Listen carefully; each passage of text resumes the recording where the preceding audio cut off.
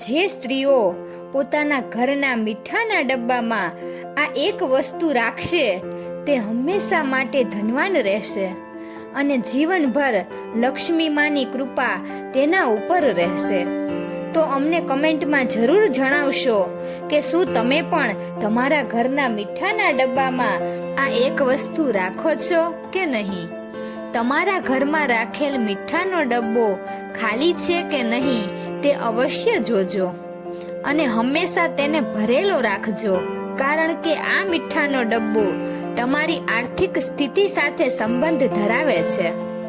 જો તમારા ઘરમાં મીઠું પૂરું થઈ જાય તો તેની તમારા જીવનમાં ખૂબ જ ખરાબ અસર પડી શકે છે। મીઠા પ્રત્યે બેદરકારી રાખવી એ તમારા ઘરની હાલત ગરીબો જેવી કરી શકે છે।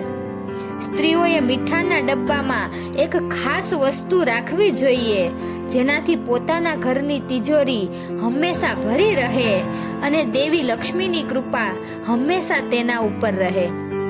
તો શું તમે જાણવા માંગો છો કે સ્ત્રીઓએ મીઠાના ડબ્બામાં કઈ ચમત્કારી વસ્તુ રાખવી જોઈએ?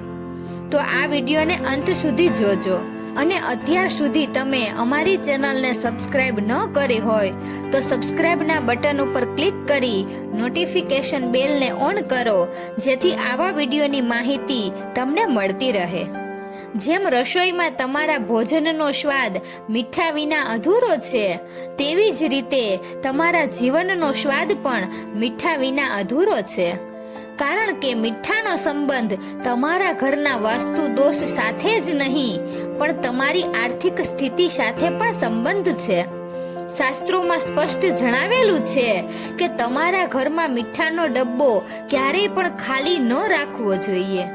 આમ કરવાથી આપણા ઘરમાં ધન, સમૃદ્ધિ અને માન સન્માનમાં ઘટાડો થાય છે। તેથી રસોડામાં કામ કરતી વખતે અને મીઠાની લેવડ દેવડ કરતી વખતે ખૂબ જ કાળજી રાખવી જોઈએ, જેથી કરીને માં લક્ષ્મી આપણાથી નારાજ ન થઈ જાય। આ સાથે જ શાસ્ત્રોમાં મીઠાના એવા ઘણા ઉપાયો બતાવવામાં આવ્યા છે જે તમારી ઘણી બધી સમસ્યાઓનો અંત લાવી શકે છે। જો તમારા ઘરમાં ગરીબી ફેલાઈ ગઈ હોય, કામમાં એકબીજા વચ્ચે મતભેદ થતા હોય, જો તમે વાતમાં ચીડાઈ જાઓ છો અથવા કોઈની સાથે ઝઘડો કરો છો અને આવી પરિસ્થિતિનું કારણ તમે સમજી શકતા નથી, તો આવી સ્થિતિમાં તમારે થોડું દરિયાઈ મીઠું મિક્સ કરી અઠવાડિયામાં એકવાર પાણીમાં લૂછી નાખો અને પછી તેનાથી આખા ઘરને સાફ કરો। પરંતુ તે વાતનું ખાસ ધ્યાન રાખો કે આ ઉપાયને ગુરુવારના દિવસે ન કરવો જોઈએ, કારણ કે ગુરુવારનો દિવસ ભગવાન ગુરુને સમર્પિત છે અને તે દિવસે મીઠાનો ઉપયોગ કરવો વર્જિત માનવામાં આવે છે। તેથી તમે ગુરુવારના દિવસ સિવાય બાકીના 6 દિવસોમાં આ ઉપાય કરશો તો તમારા ઘરની બધી જ નકારાત્મક ઉર્જા આપોઆપ નાશ પામશે। તમારા ઘરના સભ્યો ખૂબ જ મહેનત કરે છે છતાં તેને સફળતા નથી મળી રહી અને ઘરમાં પૈસા નથી આવી રહ્યા, તેઓ ખૂબ જ મહેનત કરે છે છતાં તમારે હંમેશા પૈસાની ખેંચ રહે છે, તો તેના માટે એક ગ્લાસ લો અને તેમાં પાણી ભરી તેમાં મીઠું ઉમેરો અને તેને ઘરના એક ખૂણામાં રાખો। તેની પાછળ લાલ બલ્બ મૂકો। જ્યારે પણ પાણી સુકાઈ જાય ત્યારે તે ગ્લાસ સાફ કરો અને તેમાં ફરીથી થોડું મીઠું ઉમેરી પાણીથી ભરો। આ ઉપાય કર્યા પછી તમારા ઘરમાં પૈસાનો પ્રવાહ થશે અને તમારા ઘરમાં કોઈને કોઈ માધ્યમથી પૈસા આવતા રહેશે। વૈજ્ઞાનિક દ્રષ્ટિએ મીઠાને એક એવું રસાયણ માનવામાં આવે છે જે દરેક પ્રકારની ગંદકીને દૂર કરે છે અને વાસ્તુશાસ્ત્રમાં કહેવામાં આવ્યું છે કે જો આપણે દરિયાઈ મીઠું કાચના બાઉલમાં ભરીને બાથરૂમમાં રાખીએ તો તમારા ઘરની બધી જ નકારાત્મક ઉર્જા દૂર થઈ જાય છે।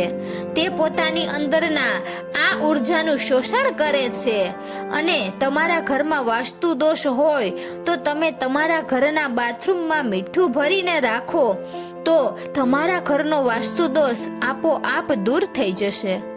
આ માટે તમે તમારા બાથરૂમને સાફ કરી શકો છો અને પછી કાચના બાઉલમાં મીઠું ભરો અને દર 15 દિવસે તે બાઉલને બદલો. જે મીઠું ભીનું થઈ ગયું હોય છે તેને ફેંકી દો. આમ કરવાથી તમારા ઘરની નકારાત્મક ઉર્જા દૂર થશે, તમારા ઘરના વાસ્તુ દોષ સુધરશે અને તમારું મન પણ શાંત રહેશે. તમારા ઘરના પરિવારના સભ્યોમાં ઉદાસી હોય તો તે પણ દૂર થશે. શું તમે ક્યારેય પણ ગભરામણ અનુભવો છો અથવા તો તમને કોઈ પણ કામ કરવાનું મન થતું જ નથી?